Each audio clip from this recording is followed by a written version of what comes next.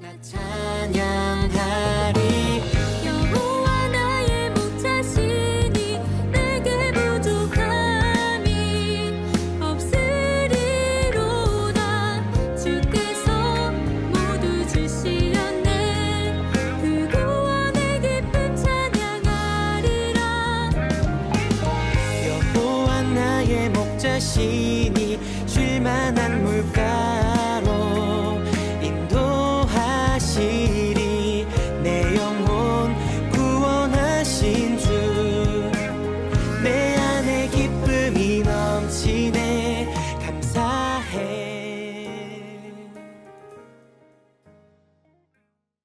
요한복음 4장 10절부터 14절.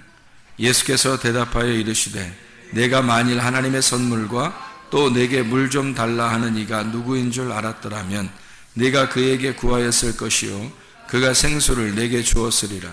여자가 이르되 주여 물기를 그릇도 없고 이 우물은 깊은데 어디서 당신이 그 생수를 얻겠사옵나이까. 우리 조상 야곱이 이 우물을 우리에게 주셨고 또 여기서 자기와 자기 아들들과 짐승이 다 마셨는데 당신이 야곱보다 더 크니이까. 예수께서 대답하여 이르시되 이 물을 마시는 자마다 다시 목마르려니와 내가 주는 물을 마시는 자는 영원히 목마르지 아니하리니 내가 주는 물은 그 속에서 영생하도록 솟아나는 샘물이 되리라. 17절 18절. 여자가 대답하여 이르되 나는 남편이 없나이다. 예수께서 이르시되 내가 남편이 없다 하는 말이 옳도다. 너에게 남편 5이 있었고 지금 있는 자도 네 남편이 아니니 내 말이 참되도다. 아멘. 이 사마리아 여자에 대한 이야기예요. 우리가 잘 아는 말씀인데 야곱의 우물을 뜰어 오는 그런 여인이었어요. 근데 이 여자가 뭐 계속 왔겠죠. 물 뜨러. 그러니까 자꾸 물 뜨러 오는 것을 하지 않도록 내게 생수의 물을 좀 주십시오. 그렇게 이야기를 했습니다. 그러니까 야곱의 우물이 아랫물이라면 주님께서 주시는 물을 생수, 위에 있는 물이라고 할 수 있겠습니다. 그래서 아래에 있는 물을 가지고 자꾸 뜨러오던 이 여자가 위의 물을 마시게 되면 영생한다는 말을 듣고 그 물을 먹고 싶다. 그 물 좀 나에게 주십시오. 그랬더니 예수님이 남편을 데려와라. 남편이 없습니다. 메시아가 오면 예배하는 것을 내게 좀 잘 알려줄 것입니다. 너하고 얘기하는 그 사람이 바로 메시아다. 그래서 이 메시아 사상을 가지고 있었던 여인에게 아랫물을 계속 뜨고 있었던 이 여인에게 위물이라고 하는 예수님 실체 자기 자신을 이 여자에게 보여준 그런 사건이에요. 이런 사건을 통해서 우리가 오늘 말씀을 같이 나눠보도록 하겠습니다. 위물과 아랫물이 합쳐지면 위물은 예수님이고 생수니까 아랫물이 야곱의 우물이란 말이에요. 이 두 개가 합쳐지게 되면 무슨 사건이 일어나요. 어떤 사건이 일어나냐면 심판이 일어납니다. 심판이 일어나는 그 날을 구원의 날이라고 그래요. 성경에서는. 그러니까 심판이 일어나는 날, 그날을 구원의 날이라고. 그래서 크고 두려운 날이 임하면서 또 이 날은 우리에게 구원을 주는 아주 행복하고 기쁜 날이 된다. 이게 동시에 일어나는 날이 되죠. 노아의 홍수가 아랫물과 위물이 합쳐지니까 그 가운데 있었던 노아 방주는 그 물 위에 뜨면서 구원을 받게 되는 놀라운 일이 있었죠. 나머지는 다 이제 심판을 받는 그런 사건이 있었습니다. 심판과 구원이 동시에 일어나는 그런 날이 바로 위물과 아랫물이 합쳐지는 날이에요. 예수님은 자기가 위의 물이라는 생수라고 얘기했고 이 여자는 아랫물을 뜨러왔었다. 그래서 위물과 아랫물이 합쳐지니까 그러니까 이 여자에게는 한쪽 면에서는 심판을 하고 한쪽 면에서는 구원을 베푸는 그런 일을 하셨다는 게 요한복음 4장의 내용입니다. 합쳐지니까 위물을 알게 되니까 아랫물만 알고 있었던 여자가 위물을 알게 되니까 이 여자가 진짜 물을 발견한 거죠. 그러다 보니까 자기 우물물 통을 버려버리고 사람들에게 그 위의 물을 소개하러 다니게 됐다 하는 얘기입니다. 여기에 이제 어떤 그 물에 대한 이야기를 하다가 예수님이 남편을 좀 데려와라 그런 이야기를 하거든요. 그 남편이 뭐 하는 자인가 봤더니 물이라고 하는 아래 물의 대표를 남편이라고 여기서 말씀하는 거예요. 그러니까 남편을 좀 데려와라 이렇게 말했을 때는 예수님이 자기가 진짜 남편이다라고 하는 걸 소개하고 싶어서 그런 거겠죠. 윗물과 아랫물이 합쳐지는 날, 뭐라고 표현할 수 있는가? 우리에게는 사마리아 여자라는 그 밭에 뭐가 뿌려지는 날이래요. 씨가 뿌려지는 날. 그날이 윗물과 아랫물이 합쳐지는 날이에요. 밭이라고 하는 우리 땅이라는 나에게 하늘이라고 하는 그 씨가 위에서 떨어지면 밭과 씨가 하나가 되는 요 만나는 지점이 있잖아요. 요 만나는 지점. 그러면 이 땅이 씨를 통해서 파괴가 되고 들어가죠. 그런데 거기에서 열매가 맺는다는 거죠. 그러니까 땅은 파괴가 되고 들어가는데 그것이 다시 그 파괴된 곳에서 열매가 맺는다는 거예요. 그러니까 심판과 구원이 동시에 일어나는, 씨가 뿌려지면 동시에 그런 일들이 벌어지는 것처럼 아랫물에 윗물이 떨어지면 똑같은 일이 벌어진다는 얘기입니다.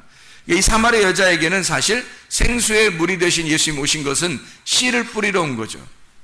예수님 자체가 씨를 뿌리러 온 거예요. 아랫물인 이 여자에게 씨를 뿌리러 온 것이다. 합쳐지니까 심판을 받고 합쳐지니까 영생함을 얻더라. 영생함을 얻는 것, 영생함을 얻으니까 영생이라는 것이 여기에 있다. 그러면서 예배를 설명해 줘요. 여기서 예배 드리는 것도 아니고 저기서 예배 드리는 것도 아니고 하나님께 예배 드리는 자는 영과 진리로 예배 드린다 하면서 예배에 대한 이야기를, 영적인 예배에 대한 이야기를 해주고 있습니다. 우리가 아까 성경 공부하면서 천국이라고 하는 게 뭐라고 표현했어요? 천국을 뭐라고 설명을 했어요? 사랑이라고 표현했죠. 천국은 사랑이다. 그럼 사랑인데 어떤 사랑이에요? 뭐가 사랑이라고 그래요?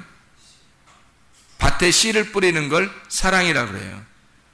아랫물에 윗물이 오는 걸 사랑이라 그런다고. 아랫물만 그대로 있을 때는 여자가 계속 물 들어오면서 사실 괴롭다는 거죠. 괴로우니까 윗물을 기다린 거예요. 그죠? 생수의 물을 준다 그러니까 얼마나 기대하고 좋아했겠어요. 아랫물만 있을 때는 그에게 행복이 없었다고요. 그런데 윗물을 준다고 그러니까 그 여자의 눈이 떠진 거예요.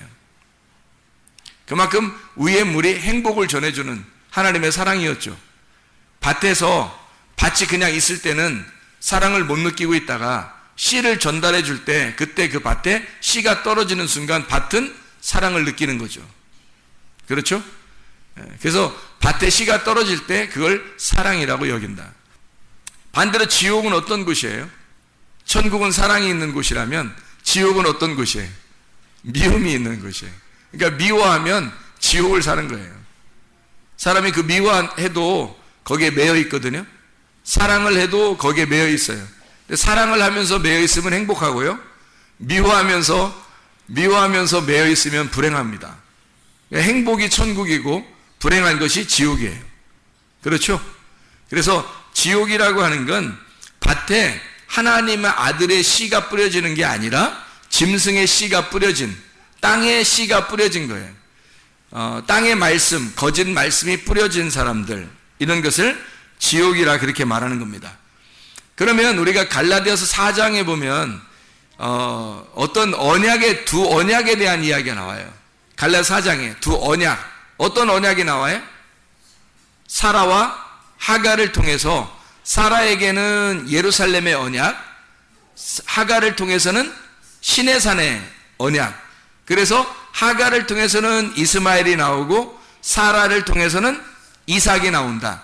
그래서 이삭이 나오는 사라를 통해서는 위에 있는 말씀을 얘기하는 거고, 그리고 하갈을 통해서 이스마엘이 나오는 것은 아래에 있는 말씀을 갖다가 이야기하는 거다. 그 두 언약을 아랫 말씀과 위의 말씀, 아래 물과 위의 물을 갖다가 설명하는 게 갈라디아서 4장의 말씀이에요. 그러면은 갈라디아 4장의 두 언약이니까 잘 생각해 봐요. 땅에 있는 말씀과 하늘에 있는 말씀을 두 언약이라 그러는데, 땅에 속한 사람, 하늘에 속한 사람, 땅에 속한 사람의 열매가 이스마엘, 하늘에 속한 사람의 열매가 이삭, 이렇게 나누어진단 말이에요. 갈라디아 4장에 그걸 두 언약이라 그러죠. 두 여인을 통해서 두 언약이 나온단 말이에요. 이건 마치 광야에 어떤 씨를 받느냐에 따라서 갈라지는 것과 같은. 그래서 광야를 거쳐서 가나안 땅으로 들어가는 사람이 있는가 하면 광야에서 멸망하거나 애굽으로 돌아가는 사람이 있다는 거죠. 가나안 땅으로 올라가는 열매가 돼야 되죠. 그래서 광야라는 여자에서 열매를 어떤 씨를 받느냐에 따라서 가나안 땅으로도 갈 수 있고 광야에서 멸망받을 수도 있다는 얘기예요. 광야에서 멸망받는 사람들은 하갈의 씨를 받은 거고요. 가나안 땅으로 올라가는 사람들은 사라의 씨를 받은 사람들이에요. 그래서 이삭이라는 하나님의 아들들이 아브라함의 아들이 되는 거고, 이쪽에 하갈의 종의 아들들이 되는 것은 율법에 의해서 광야에서 멸망당하는 자들을 얘기하는 거예요. 이게 두 언약이라고 그렇게 말하는데요, 예루살렘의 언약과 시내산의 언약, 이렇게 이야기하는 것입니다. 그럼 예루살렘의 언약과 시내산의 언약을 뭘로 비교할 수 있어요? 성경에 갈라디아 4장에 예루살렘의 언약과 시내산의 언약이 있어. 두 언약이 있다 그래요. 두 어머니로부터 언약이 이렇게 두 개가 있다 그랬는데, 그게 어떤 걸로 열매가 나타나냐면 갈라디아서 5장에 열매가 나타나죠. 갈라디아서 5장에 어떤 열매로 나타나요? 육체의 열매와 성령의 열매로 나타나죠. 육체의 열매는 어떤 것이다 라고 나와 있고, 성령의 열매는 어떤 것이다 라고 나와 있어요. 그래서 갈라디아서 5장에 그 열매들을 보면 갈라디아 5장 19절부터 21절까지가 육체의 열매, 22절, 23절이 성령의 열매, 이렇게 나오죠. 그러면 갈라디아 4장에 나오는 두 언약을 통해서 열매가 나타나는데, 하나는 육체의 열매, 하나는 성령의 열매. 그러면 성령으로 난 자가 이삭, 육체로 난 자가 이스마엘이 되는 거죠. 그렇죠? 이스마엘이 둘 다 아브라함의 자손이에요. 둘 다 말씀을 가진 자들이란 말이에요. 둘 다 교회를 다니는 사람이고 예수를 믿는다고 하는 사람들 중에 하갈의 자손으로 이스마엘이 태어나는 자가 있고 사라의 아들로 이삭이 되는 자가 있단 말이에요. 두 언약이니까. 그러니까 말씀을 받은 자 중에 이삭이 되는 자가 있고 이스마엘이 되는 자가 있다는 거예요. 이스마엘이 되는 사람은 육체의 열매를 갖게 될 것이고, 이삭이 되는 사람은 성령의 열매를 갖게 될 것이다. 갈라디아서 5장 19절부터 21절에 육체의 일은 분명하니 곧 음행과 더러운 것과 호색과 우상 숭배와 주술과 원수 맺는 것과 분쟁과 시기와 분냄과 당 짓는 것과 분열함과 이단과 투기와 술 취함과 방탕함과 또 그와 같은 것들이라. 전에 너에게 경계한 것 같이 경계하노니 이런 일을 하는 자들은 하나님의 나라를 유업으로 받지 못할 것이요, 이렇게 되어 있거든요. 이게 특징이 뭐예요? 분리한다는 겁니다. 나누어진다는 거예요. 하나님으로부터 나누어졌어요. 그러니까 하나님의 나라를 유업으로 받지 못한다는 얘기가 무슨 말이냐면, 하나님의 나라라는 관역에서 떨어져 나간 자들이다, 이런 말이에요. 하나님의 나라라는 관역에서 떨어져 나가면 육체의 열매, 하나님의 관역으로 들어오면 성령의 열매가 되는 겁니다. 성령의 열매는 22절, 23절에 보니까 오직 성령의 열매는 사랑과 희락과 화평과 오래 참음과 자비와 양선과 충성과 온유와 절제니 이 같은 것을 금지할 법이 없느니라. 성령의 열매는 하나 되게 만드는 거잖아요. 사랑하죠, 화평하죠, 서로 연결하죠, 그리고 오래 참죠, 그리고 절제하죠. 이게 다 뭐 때문에 그래요? 하나 되려고 그렇기 때문에 그런 거예요. 하나 되려는 사람들은 이 성령의 열매가 속에서 나타난다는 겁니다. 그런데요, 육체의 열매 가진 사람들은 이상하게 분리가 돼요. 나누어진단 말이에요. 이상하게 관역으로부터 떠나게 되고 나누어지는 것을 의미하는 거예요. 그런 사람은 하나님의 나라가 뭐예요? 예수 그리스도가 천국이고 그게 하나님의 나라거든요. 하나님의 나라에서 벗어나는 자가 되었다라는 말이에요. 그게 육체의 열매예요. 육체 열매라는 건 언약 중에서 신의 산 언약을 받은 육체라는 하가를 통해 이스마엘이 되었다. 이런 열매를 가진 자는 관역으로부터 떨어져 나가 하나님의 나라를 유업으로 받을 수가 없다는 말이죠. 하나님의 나라를 유업으로 받은 사람들은 하나님의 나라와 하나가 된 사람이에요. 관역에 들어온 사람이고 연합된 사람이에요. 그러니까 성령의 열매를 가진 자들이죠. 이런 사람들은 하나님의 나라를 유업으로 받는 거죠. 자, 이것이 천국과 지옥에 대한, 지옥은 뭐 이렇게 우리가 볼 때 뭐 이상하게 악랄하게 생기고 뭐 이런 그런 곳이 아니라 마치 이것과 같아요. 빛과 어둠이라고 하는 곳에서 어둠이라는 거, 빛이라고 하는 게 뭐 열어졌다 이렇게 말하면 뭔가 열리지 않고 뭔가 답답하게 닫혀 있다라고 하는 걸 지옥이라 이렇게 볼 수가 있는 거예요. 하늘을 천국이라 말한다면 땅을 지옥이라고 얘기할 수 있는 것처럼 이렇게 두 개로 나누어서 성령의 열매가 천국이라면 육체의 열매는 지옥이라고 말할 수 있는 거죠. 자기 자신들이 두 언약을 의미하는 거니까. 자, 성령의 열매를 가진 사람들은 의와 평강과 기쁨이 있죠. 의와 평강과 기쁨이 하나님의 나라죠. 그러면 반대로 지옥에 있는 사람들은 신의 산 언약을 받아 하갈의 자손들은 어떻게 되냐면 육체의 열매를 가지니까, 이 사람들은 육체의 열매를 가지니까 하나님의 나라를 유업으로 받을 수가 없죠. 하나님의 나라에서 벗어난단 말이에요. 그러니까 벗어나게 되니까 자꾸 어때요? 의와 평강과 기쁨이 있는 게 아니라 불안하고 두렵고 무섭단 말이에요. 하나님의 나라하고 반대가 되는 거예요. 자기가 언제 죽을지 모르지만 죽으면 혹시 지옥 가지 않을까? 이런 불안함 가운데 있고 무섭고 이 세상의 미래가 불확실한 거예요. 그래서 막 무섭단 말이에요. 불안해지고 불행을 자기 스스로가 느껴요. 이거는 천국이 아니라 지옥이죠. 디모데후서 1장 7절 말씀, 디모데후서 1장 7절 말씀 알죠? 하나님이 주시는 영은 두려워하는 영이 아니요. 하나님이 안 줬기 때문에, 하나님의 영이 아니기 때문에 그 사람이 두려워하고 있다는 거죠. 두렵고 무섭다는 얘기예요. 하나님이 주시는 영은 두려워하는 영이 아니요. 오직 성령 안에서 능력과 사랑과 절제하는 영이다. 이게 하나님이 주시는 영이 된다, 이 말입니다. 자, 우리가 성경을 이렇게 보면 특징적으로 보니까요, 성경 말씀이 무서운 말씀으로, 이 성경 말씀이 무서운 말씀으로 우리에게 다가오면 지옥이에요. 이 말씀이 우리에게 사랑스러운 말씀으로 다가오면 천국입니다. 성경을 우리가, 여러분 자신들이 내가 지금 지옥을 살고 있나 내가 천국을 살고 있나를 여러분이 구분할 수 있는데, 어떻게 구분할 수 있냐면 하나님의 말씀이 똑같이 증거되고 하나님 말씀을 똑같이 읽는데 이 말씀이 두렵고 무섭고 불안하면 그러면 지옥을 사는 겁니다. 여러분의 생활이.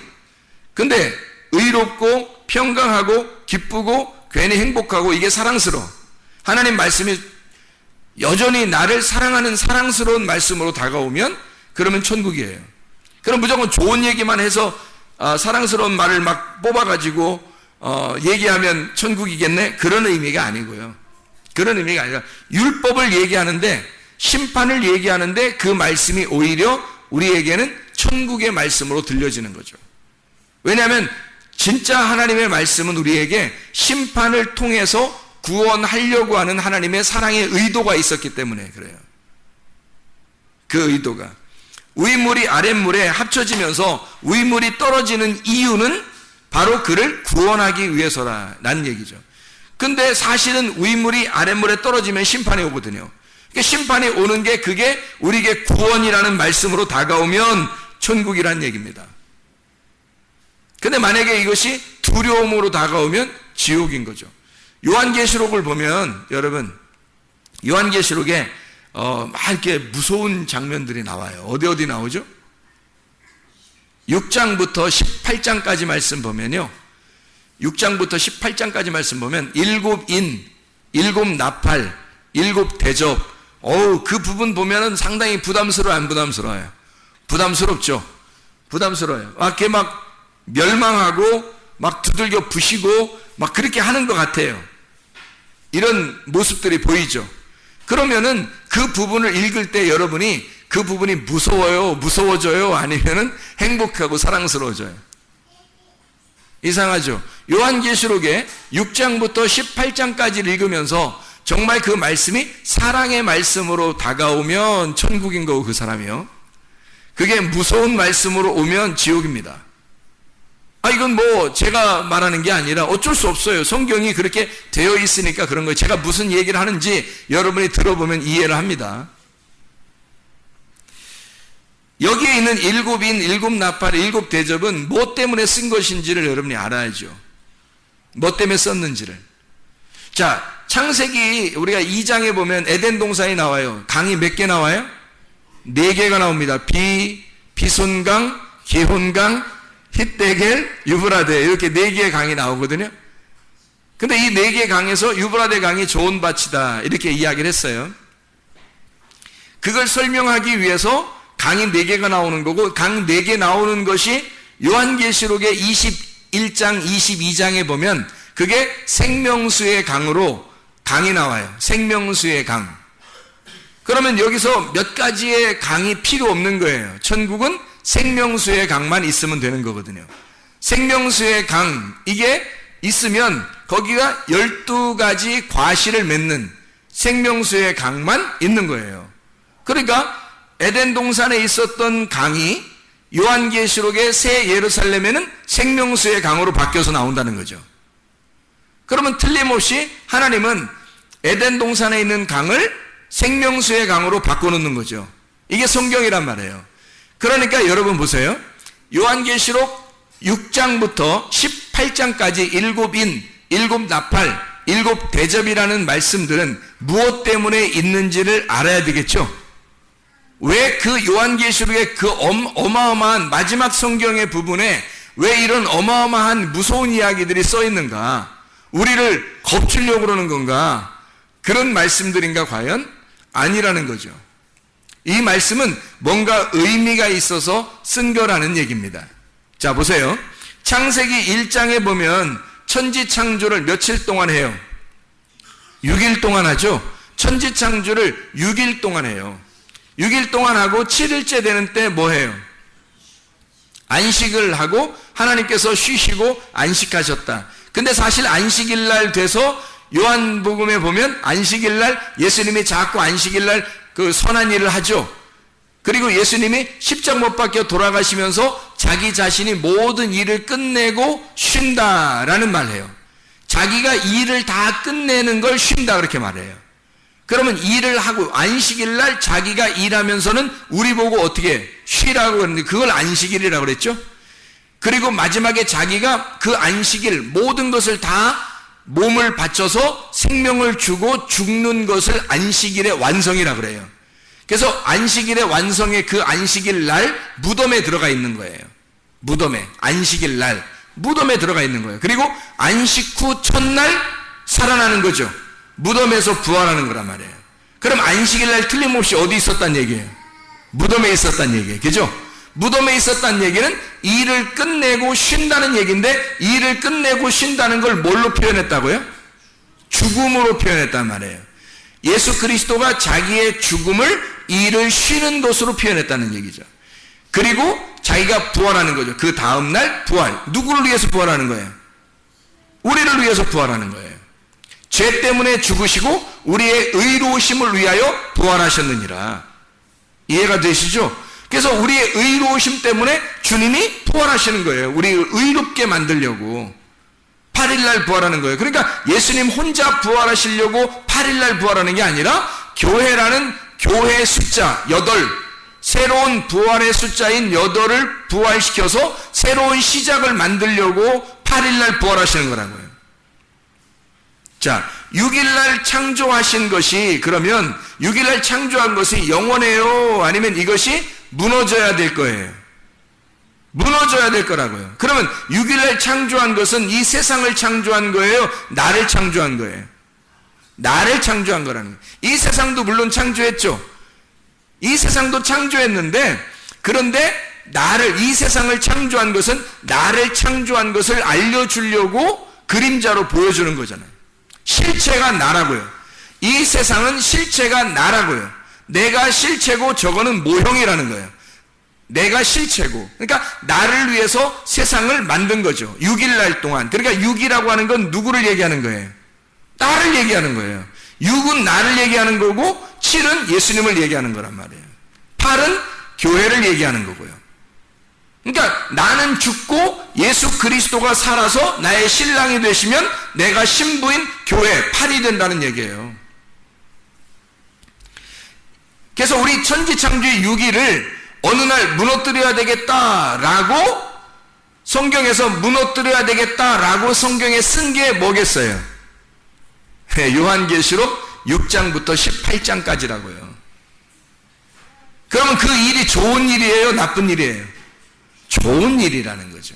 이렇게 성경을 깨닫고 좋은 일로 하나님의 사랑으로 받아들이면 그 씨가 심어진 말씀이 되는 거고, 그것이 무서운 말씀으로 다가오면 나를 파괴하는 말씀으로 다가오는 거란 말이에요. 그러니까 나를 파괴하는 것이 곧 나를 구원하는 건데, 나를 파괴하는 입장에서 보면 나를 죽이는 입장이니까 내가 지옥의 입장이 되는 거고, 나를 구원하는 입장으로 성경을 보게 되니까 나를 파괴시키는 것이 곧 나를 구원하는 거구나라는 것을 보게 되면 하나님의 사랑으로 느껴지는 거죠.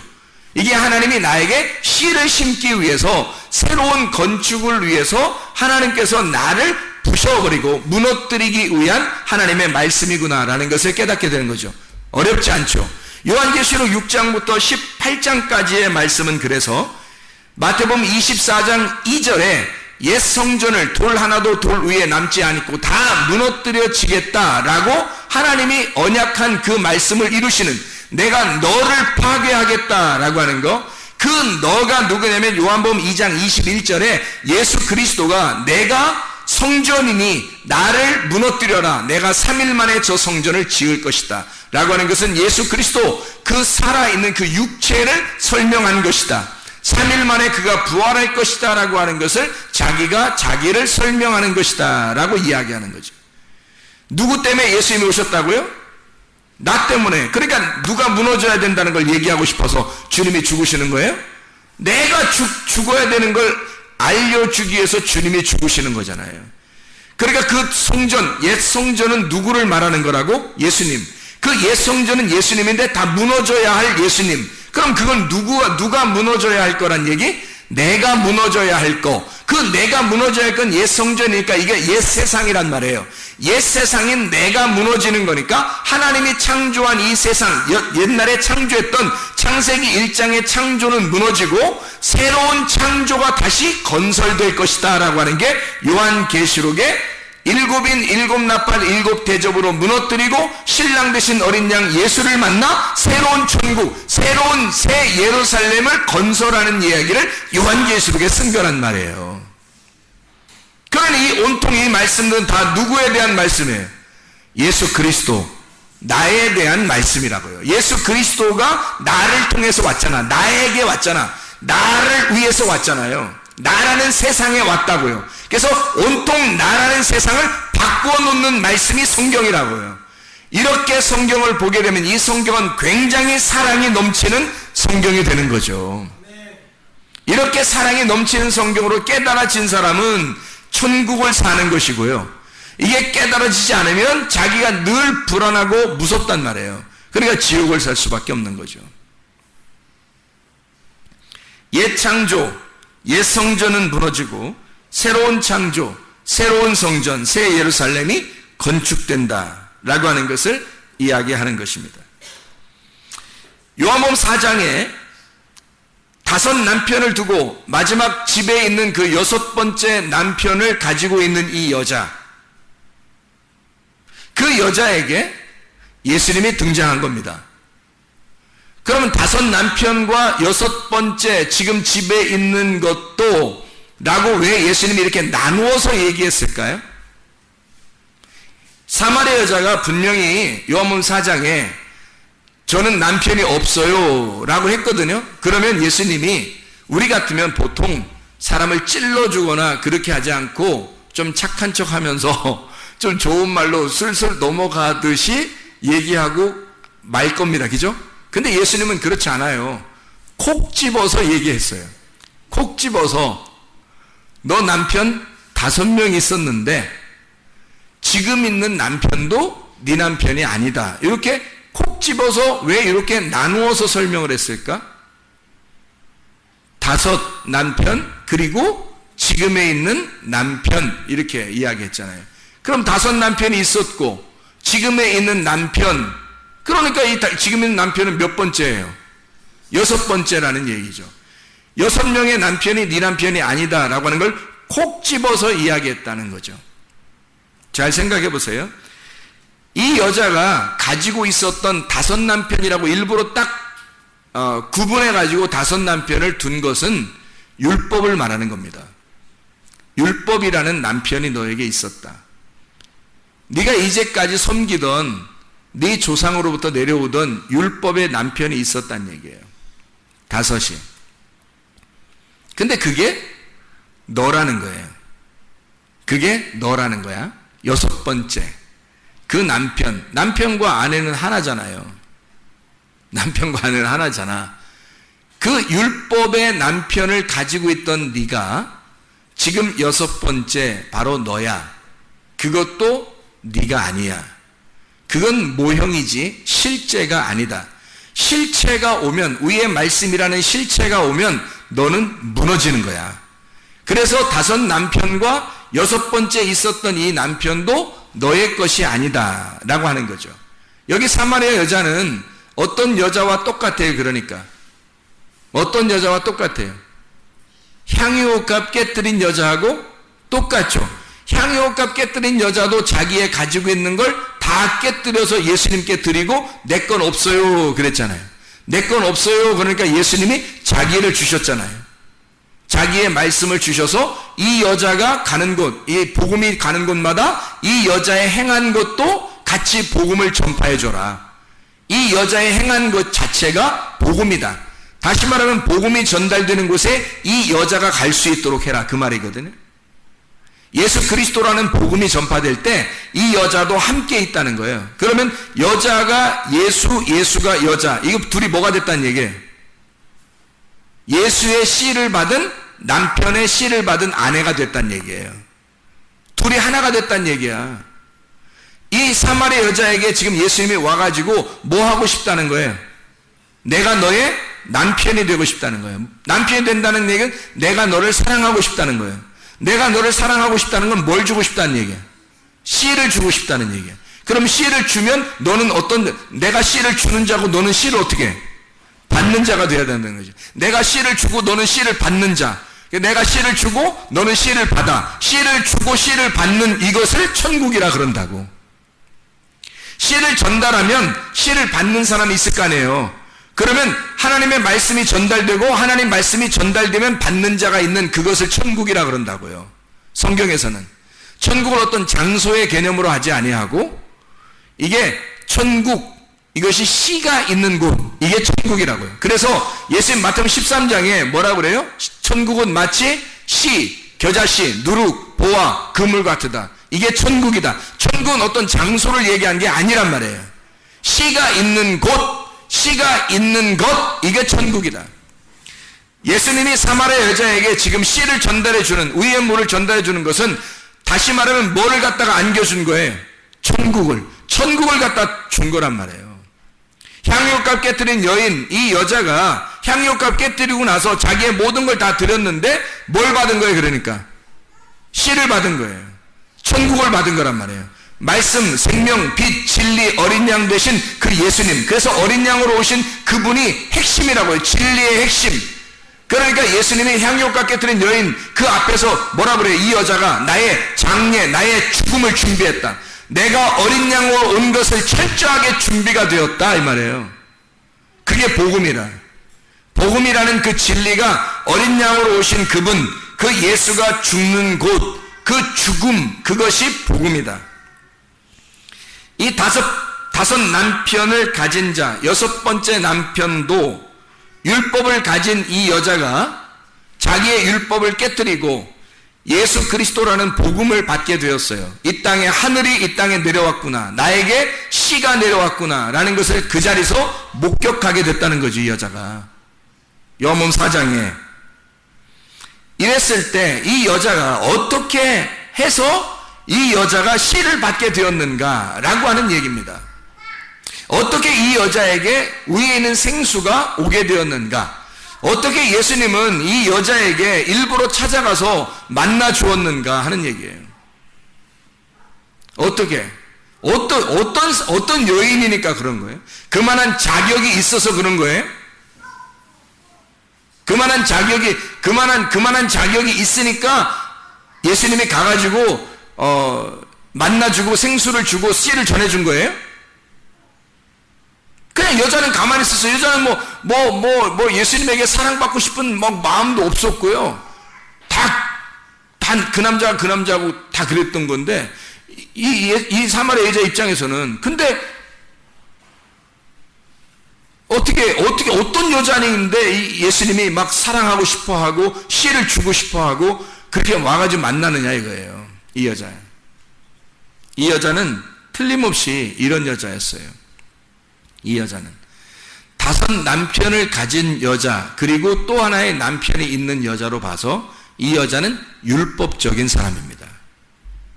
율법적인 사람이기 때문에 주님이 찾아오신 거예요. 여러분, 근데 그 율법으로 있는 그 남편들이 자기의 남편이 아니라는 것을 알았어요. 여자가 율법 안에 살고 있는데 그 율법 안에서 이게 진짜 내 남편이 아니라는 걸 알았어요. 진짜 남편은 어딘가에 있다. 하늘에 있다. 땅에 있는 게 아니라, 땅에선 율법을 지키죠. 근데 하늘에 내 남편이 있다.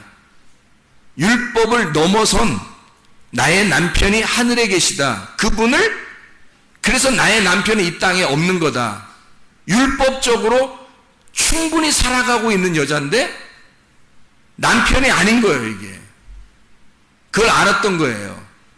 자, 어떤 얘기인가, 이게? 어떤 얘기를 하는 거예요? 이 여자는 규칙적인 사람이었다는 거죠. 야곱의 우물에 규칙적으로 물을 들어오는 여자예요.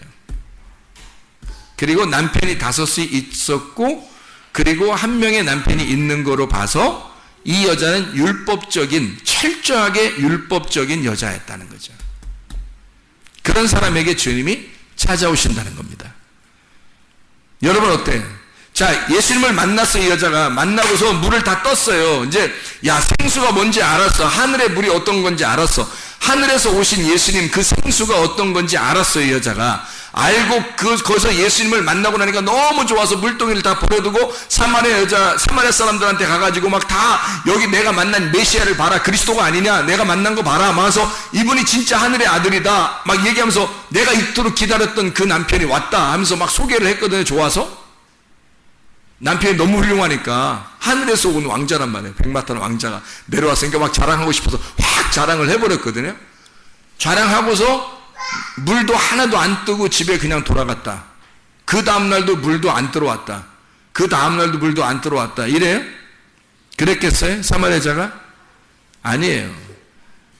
물동에 버려두고 막 전달하고 가서 다 얘기하고 난 다음에 다시 우물가에 와서 물동이 다시 들고 집에 간단 말이에요. 물 떠가지고 집에 간단 말이에요. 그 다음날 되면 또 역시 물을 또 먹어야 되니까 물을 갖다가 끌어온다는 거죠. 그 다음날에도 또 물을 왜? 규칙적인 여자니까. 근데 옛날에 야곱의 우물에 와서 물을 뜨던 거하고 이제는 달라졌죠. 나중에 들어올 때는 달라지겠죠. 어떻게 달라질까요? 마음이 달라지죠. 내가 여기서 내 새로운 남편을, 진짜 그리스도를 만난 장소다. 내가 진짜 말씀을 만난 그 장소, 거기에 내가 간다는 것은 흥분되는 일이죠. 기쁜 일입니다. 행복한 일인 거예요. 그러니까 행복한 마음을 가지고 물을 들어오는 거죠. 그 다음부터는. 그 전에는 어땠어요? 행복한 마음이 아니었다고요. 불행하고 힘들고 어렵고 괴로운 마음으로 온 거라고요. 자기를 진짜 죽는 마음으로 찾아온 거예요. 늘 이렇게 와서 꼭 죽을 것 같은 거예요. 이거 먹고 죽으리라. 저기 구약에서도 엘리야가 찾아간 여자 하나 있었죠. 과부, 사르밧 과부. 아들하고 이거 먹고 죽으려고요. 그랬더니 엘리야가 뭐예요? 그거 나한테 줘봐 먼저. 그거 나한테 먼저 주면, 처음에 엘리야 가가지고 물 좀 주소 이렇게 했고요. 그래서 이제 그 다음에 떡 얘기를 하면서 떡 한 덩이 나 주면 안 잡아 먹지 이렇게 얘기했다가, 그래서 이제 여자가 나 이거 먹고 죽으려고 했었는데 그 나 먼저 줘. 그러면 떡이 계속 마르지 않고 영생할 거다 이런 얘기를 해줘. 똑같이 사마리아 여자한테도 처음에 예수님 만나자마자 물 좀 주소 이렇게 하죠. 그 다음에 물 얘기는 안 하고 이제는 뭐 남편 데려와라 얘기하고 내가 물 줄게 그래요. 물 좀 주소 해놓고 자기가 물 준다 그래요. 그죠? 급한 거죠. 예수님도 자기가 막 얘기하고 싶은 걸 빨리 얘기하고 싶은 거야. 너무 급한 거야. 너무 사랑스러운 여자라 그냥 막. 근데 어떤 여자이기 때문에 사랑스럽다고요? 율법적인 여자니까 사랑스러운 거예요. 이게 이제 성경을 우리가 좀 깨달아야 된다는 겁니다. 성경을 좀 이해해야 된다는 거예요. 사람들이 교회에 온다고 자기는 교회에 오면 구원을 받을 거야. 나는 교회에 오니까 천국 갈 거야 라고 생각하고, 그리고 예수 믿었잖아. 난 예수 믿는다고 했어. 고백했어. 그러니까 내가 예수 믿으니까 나 천국 가. 이렇게 얘기하는 사람이 굉장히 많다는 겁니다. 이거 착각입니다. 착각이에요. 우리는 어떻게 해야 구원을 받는가? 고넬료라고 하는 사도행전 10장의 고넬료도 그가 경건하여 하나님께 거룩하게 예배드리는 자로, 그가 날마다 몸에 구제하는 것이 몸에 밴 사람이면서 날마다 그가 그의 가족들과 함께 기도하기를 힘썼던 사람이었다라고 사도행전 10장은 우리에게 소개하고 있습니다. 그랬기 때문에 베드로에게 환상을 보여주면서까지도 내가 이를 거룩하게 만들었으니까, 내가 정결하게 만들었으니까 네가 가서 복음을 증거하여 그가 예수 믿게 해라 라고 베드로를 보내주잖아요. 어떤 사람에게? 고넬료 같은 사람에게. 사마리아 여자, 이 여자가 율법적으로, 그가 율법적인 하나님의 말씀을 지켜 살았던 사람이기 때문에 그 여자를 주님이 찾아오신 거예요. 그 이 율법적인 그 여인에게 진짜 율법이신 남편 예수, 복음 대신 그 율법이 복음이 돼서 나타나신 겁니다. 아래에 있는 말씀 율법만 알고 있었던 이 여자에게 위에 있는 율법, 위에 있는 복음을 갖다가 전달해 주기 위해서 오신 분, 그가 예수라고요. 그가 진짜 남편, 새로운 남편이 돼서 오셨다고요. 그러니까 이 여자는 그냥 얼렁뚱땅 살던 여자가 아니란 말입니다. 교회에 다니면서 여러분이 규칙적이지도 아니하고 예배 드리지도 아니하고 기도도 규칙적으로 하지도 아니하고 율법적으로도 하지 아니하고 이렇게 산다. 율법에 의해서 구원받는다는 의미가 아니에요. 제가 그런 의미가 아닙니다. 율법적으로 여러분이 이렇게 하니까 구원은 아니에요. 은혜로 구원받아요. 하나님은 우리에게 구세주로 오셨습니다. 너희가 자격이 없는데 은혜로 구원해 주려고 오신 구세주죠. 그러나 구세주를 받아들이는 사람 반드시 예수 그리스도를 주인으로 여긴다는 겁니다. 그냥 우리가 아무렇게나 내가 주인 행세하지 않는다는 거예요. 예수 그분을 나의 남편이요 철저한 나의 주인으로 여긴다는 거죠. 구세주로 영접한 사람은 주인으로 섬긴단 말이에요. 그리스도를. 근데 그리스도인들이 대부분 그리스도인이라고 하면서 예수 믿는다고 하면서 자기는 철저하지 못해요. 말씀적으로도 철저하지 못하고 예배에도 철저하지 못하고 기도하는데도 철저하지 못해요. 그러면서도 나는 구원받았다고 얘기해서 방종하기 시작합니다. 대부분이 그냥 방종해요. 방탕하는 겁니다. 타락한 거예요. 예수가 십자가 못 박혀 죽으시는 그 모습이 나의 죽음이었다면 그냥 그 사람이 아무렇게나 살 수 있겠느냐 하는 얘기예요. 그럴 수 없습니다. 사마리아 여자는 철저한 율법주의였어요. 철저하게 율법에 의한 남편을 가지고 있었던 사람이었다는 거죠. 근데 주님은 그 여인에게 나타나신 겁니다. 그냥 대충 자기의 중요한 것들이 자기 중심으로 자기 중요한 것들을 먼저 생각하는 사람에게 하나님이 막 나타나서 구원해 주는 것이 아니에요. 고넬료 같은 사람에게 나타나 구원하는 것이고 사마리아 여자 같은 사람에게 나타나 구원하는 것이라 이 말입니다. 그냥 아무나 사르밧 과부 보세요. 그날 먹고 죽으려고 했던 여자였어요. 그러니까 하나님이 구원하시는 거예요. 우리 교회에 이 집사님이라고 있어요. 약을 다 털어먹고 그날 죽으려고 딱 준비하고 전화도 안 받고 있는데 전화가 계속 울린 거예요. 강 권사님이 계속 기도하다가 이상하게 거기 전화를 하고 싶은 거예요. 그래서 전화를 계속했다. 안 받아요. 너무 안 받으니까 이상하니까 찾아간 거예요. 찾아가니까 전화도 안 받고 약을 이만큼 들고서 먹으려고 했던 중이었단 말이에요. 그날 인생이 사는 게 뭐냐 해서 딱 그때 문을 두드리고 들어간 거죠. 그리고 그날 우리 교회를 나오게 된 거예요. 우리 교회를 나오게 돼서 예수를 영접했네. 너무 예수님이 좋아서, 예수님이 너무 좋아서 철저하게 예수님을 지금 사랑합니다. 하나님 말씀을 얼마나 사랑하는지 몰라요. 얼마나 기도하는지 몰라요. 틈만 나면 기도하고 틈만 나면 교회 오고요. 얼마나 교회를 사랑하는지 몰라요. 주님을 사랑하는지 몰라요. 얼마나. 자기가 인생을 그렇게 끝장을 내버리고 싶을 만큼 자기에게 마지막이라고 생각했던 그 사람들에게 하나님은 관심을 갖는다고요. 사르밧 과부가 그랬죠? 우리 교회 이 집사님도 그랬죠? 하나님에 대한 걸 전혀, 이 여자가, 사마리아 여자가 율법적으로 굉장한 여자였어요. 근데 자기는 늘 불안하고 괴롭고 힘들었어요. 이 남편 때문에, 그 남편 때문에 너무 힘들어 죽을 지경이었던 거예요. 주님이 찾아오신 겁니다. 이 사람에게. 그렇다면 여러분, 우리가 그냥 뭐 대충 나 이렇게 있다 보면 하나님 만나서 총가겠지, 그런 거 아니란 말이에요. 성경은요. 성경은 그런 게 아니에요. 사생 결단하는 사람들 있잖아요. 진짜 생사를 오락가락하는 사람들 있잖아요. 그런 사람들이 주님께서 관심을 갖기 시작해요. 그런 사람들이. 그럼 여러분이 철저하게 교회에 나오면 철저한 율법, 철저히 하나님 말씀 중심의 사람이 되어야 된다는 거예요. 교회 중심의 사람이 되어야 된다는 거예요.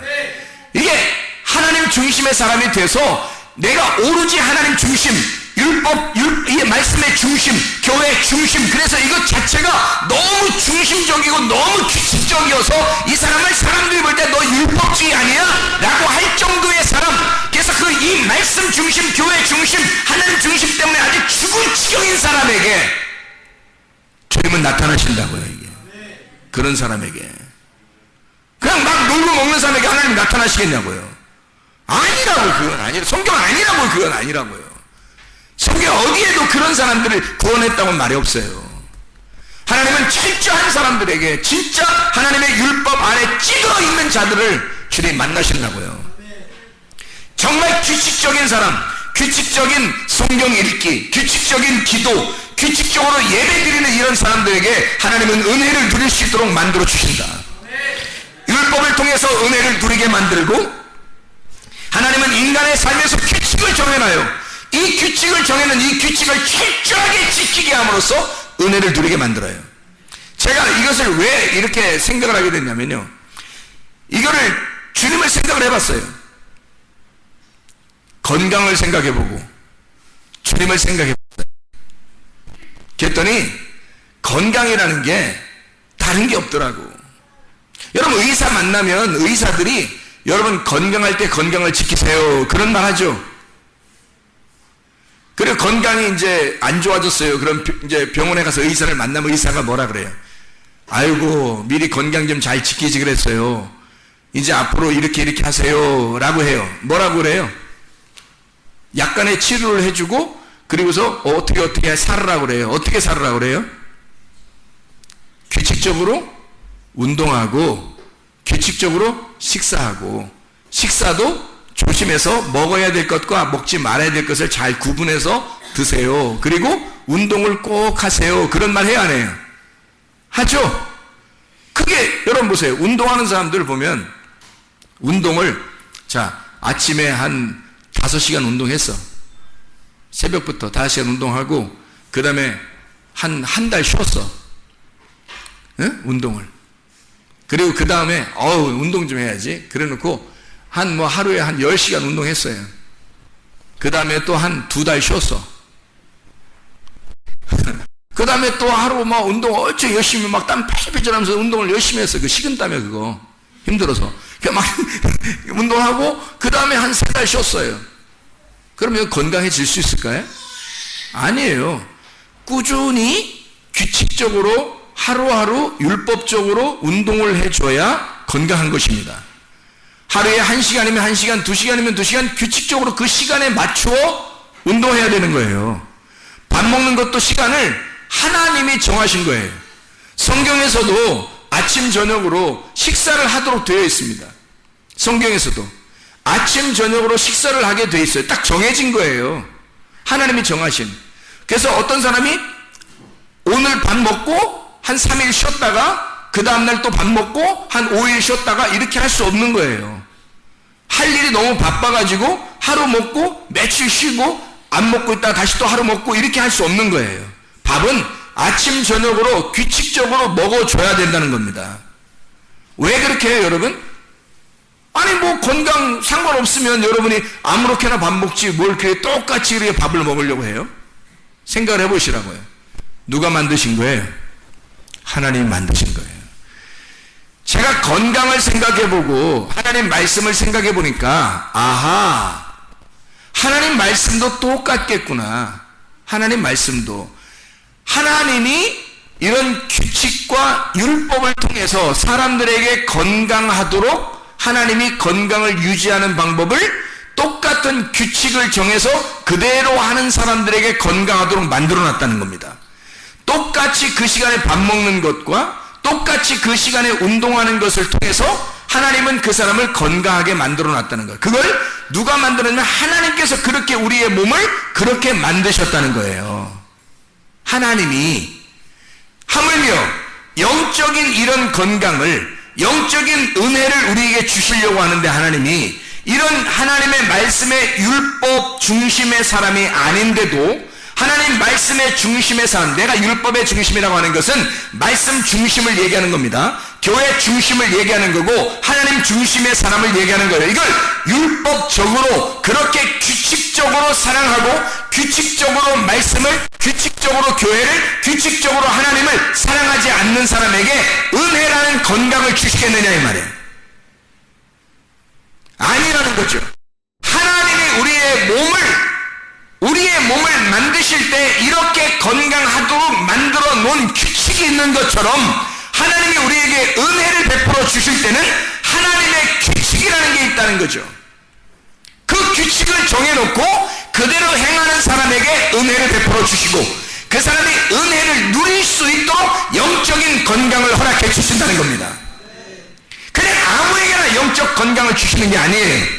아무나 교회 그냥 대충 이렇게 나왔다 안 나왔다 이렇게 한다고 성경 읽었다 안 읽었다 설교 들었다 안 들었다 어떤 기분 좋았다 안 좋았다 한다고 해서 그냥 아무렇게나 은혜 베풀어 주시고 그러는 게 아니라는 것입니다. 어느 날 쓰러져요. 건강이 속에서 무너지고 있었기 때문에 쓰러진다고요.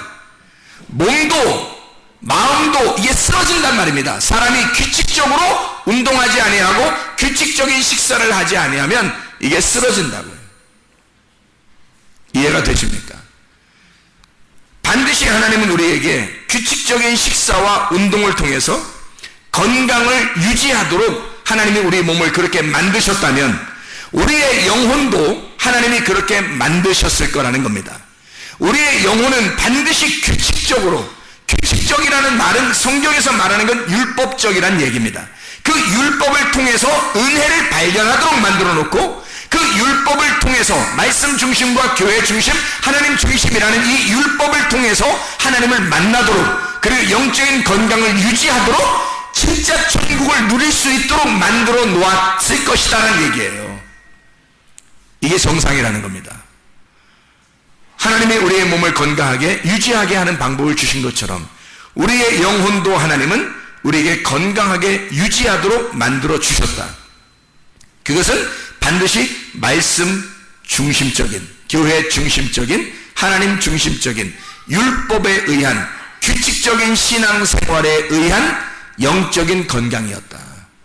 이걸 여러분이 반드시 생각하고 아하, 그냥 내가 들쭉날쭉 이렇게 한다고 해서 내가 영적으로 천국 가고 영적인 건강을 유지하는 게 아니었구나. 이런 규칙적인 생활을 통해서 하나님은 나의 영혼을 건강하게 만들어 놓고 있었구나. 그래서 우리는 새벽과 저녁에 예배를 드리고 성경을 읽고 있고 기도하고 있는 겁니다. 그걸 통해서 이 규칙적인 생활을 통해서 우리의 영혼을 건강하게 만들기 위해서예요. 그냥 건강한 거 아니죠.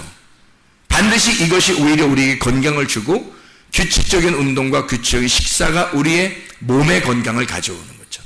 그렇게 영혼의 건강도 반드시 규칙적으로 되어 있을 때 우리에게 영혼의 건강을 주실 수 있다. 이런 하나님의 말씀임을 깨닫고 영혼과 마음과 몸이 다 같이 건강하시길 예수는 축원합니다.